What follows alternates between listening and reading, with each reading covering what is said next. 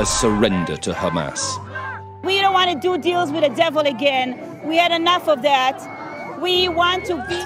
It's not exactly surprising that in a process, in a negotiation...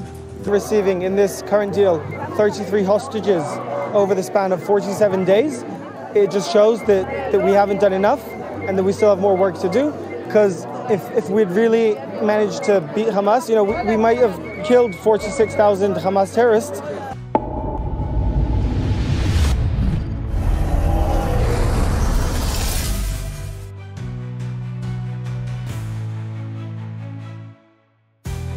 Dunia sedang menghadapi berbagai peristiwa besar yang mengguncang perhatian publik. Dari kebakaran hebat di Los Angeles yang disebut sebagian pihak sebagai peringatan langit, hingga gencatan senjata yang mulai berlaku antara Israel dan Hamas di Gaza. Semua ini terjadi bersamaan dengan persiapan pelantikan Donald Trump sebagai Presiden Amerika Serikat untuk masa jabatan keduanya. Di Washington, persiapan pelantikan Donald Trump berlangsung di tengah sorotan global. Trump, yang selama masa jabatan pertamanya dikenal mendukung penuh Israel, diharapkan tetap mempertahankan hubungan erat dengan Netanyahu. Bahkan, menurut laporan, Israel telah meminta AS untuk memperkuat dukungannya di tengah situasi yang masih rentan di Gaza. Namun, di sisi lain, Trump juga menghadapi tekanan besar untuk menangani bencana domestik, yakni kebakaran Los Angeles. Publik menanti bagaimana pemerintahan barunya akan merespons dua krisis besar ini sekaligus, bencana alam di dalam negeri dan ketegangan geopolitik di luar negeri.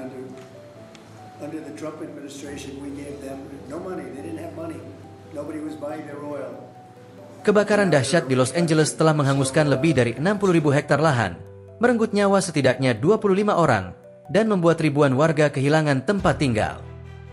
Armada pemadam kebakaran udara Amerika Serikat telah dikerahkan, termasuk pesawat supertanker canggih dan helikopter berteknologi tinggi. Namun, alam tampaknya tidak mudah ditaklukkan. Angin kencang dan cuaca yang kering membuat api terus menyebar. Banyak pihak menyebut kebakaran ini sebagai peringatan bagi manusia yang terus merusak lingkungan. Di media sosial, muncul spekulasi bahwa bencana ini adalah azab dari Tuhan. Karena semakin parahnya eksploitasi alam dan abai terhadap perubahan iklim. Tapi terlepas dari itu, ribuan warga kini membutuhkan bantuan cepat, sementara para pejabat setempat terus berjuang mengendalikan situasi. My family and I just lost our home here that we grew up in. It's very, very hard. It's hard not to cry. But yeah, we have faith that everything will be okay. It's just really sad. We ask for prayers for everyone in this neighborhood.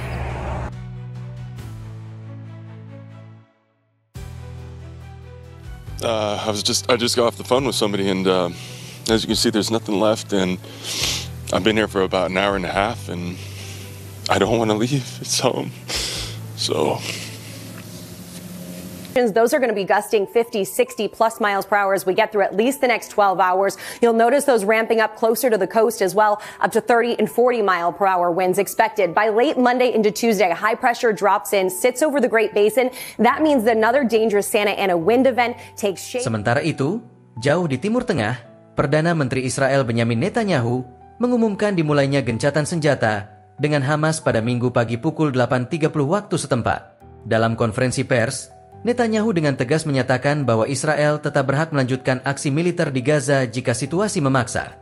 אנחנו שומרים על הזכות לחזור למלחמה, אם צריך, בגיבויה של ארצות הברית. Gencatan senjata ini akan berlangsung dalam 3 fase. Fase pertama berfokus pada pertukaran sandera Israel dengan tahanan Palestina, penghentian serangan, dan masuknya lebih banyak bantuan kemanusiaan ke Gaza. Fase kedua diharapkan mampu mengakhiri perang secara permanen, dengan pembebasan semua sandera yang tersisa dan penarikan penuh pasukan Israel dari Gaza. Fase ketiga dirancang untuk pemulangan jenazah korban konflik dan dimulainya rencana rekonstruksi Gaza. Kesepakatan ini disetujui oleh 24 menteri dalam pemerintahan koalisi Netanyahu. Sementara, 8 lainnya menentangnya. Para penentang berpendapat bahwa perjanjian ini merupakan bentuk kelemahan Israel terhadap Hamas.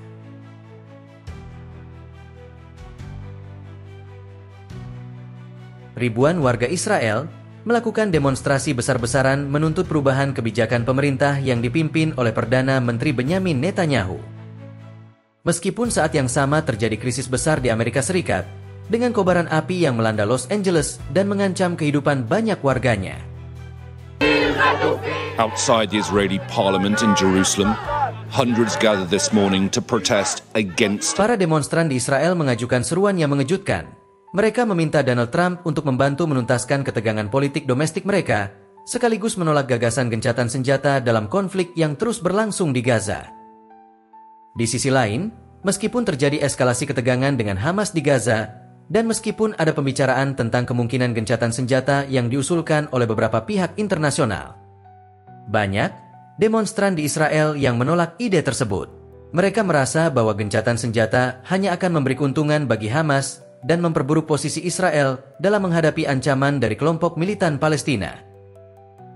Sementara itu, di Los Angeles, kobaran api yang melanda beberapa wilayah kota tersebut telah memicu evakuasi massal dan kerusakan yang luas. Namun, meskipun situasi bencana di Amerika Serikat sangat serius, seruan untuk Trump agar membantu menyelesaikan ketegangan politik di Israel terus mengalir. Demonstran menganggap bahwa meskipun negara-negara menghadapi krisis besar, perhatian terhadap Israel juga sangat penting, terutama dalam menghadapi ketidakstabilan domestik. Selain seruan untuk Trump, penolakan terhadap gagasan gencatan senjata oleh sebagian besar demonstran Israel juga mendapat perhatian dari Palestina. Meski pihak Israel menilai gencatan senjata sebagai bentuk kelemahan, pihak Palestina melihatnya sebagai kesempatan penting untuk meredakan kekerasan dan memberikan ruang bagi negosiasi lebih lanjut. I can announce a ceasefire and a hostage deal has been reached between Israel and Hamas.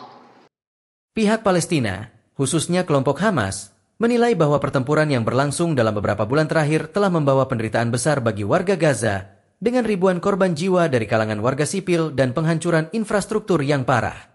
Meski Hamas jelas tidak ingin melemahkan posisi mereka di meja perundingan, mereka juga menyadari bahwa sebuah gencatan senjata yang adil bisa memberikan ruang bagi pembicaraan yang lebih luas mengenai solusi jangka panjang yang melibatkan penghormatan terhadap hak-hak Palestina, terutama dalam hal penghentian agresi militer Israel.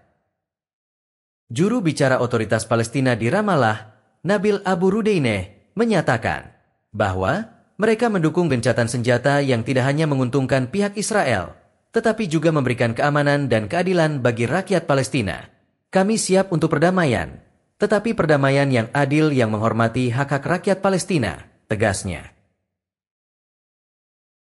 Selain masalah politik dan keamanan, warga Palestina juga menyoroti kondisi sosial dan ekonomi yang semakin memburuk akibat kebijakan Israel, sumber daya yang semakin terbatas, serta kontrol ketat terhadap wilayah Gaza dan tepi barat, membuat banyak warga Palestina hidup dalam kemiskinan dan ketidakpastian. Bagi warga Palestina, pernyataan atau aksi yang dilakukan oleh kelompok-kelompok di Israel yang mendukung kebijakan Netanyahu atau seruan agar Trump berperan aktif dalam politik Israel dipandang sebagai sebuah langkah yang semakin memperburuk keadaan dan mencegah tercapainya perdamaian yang sebenarnya.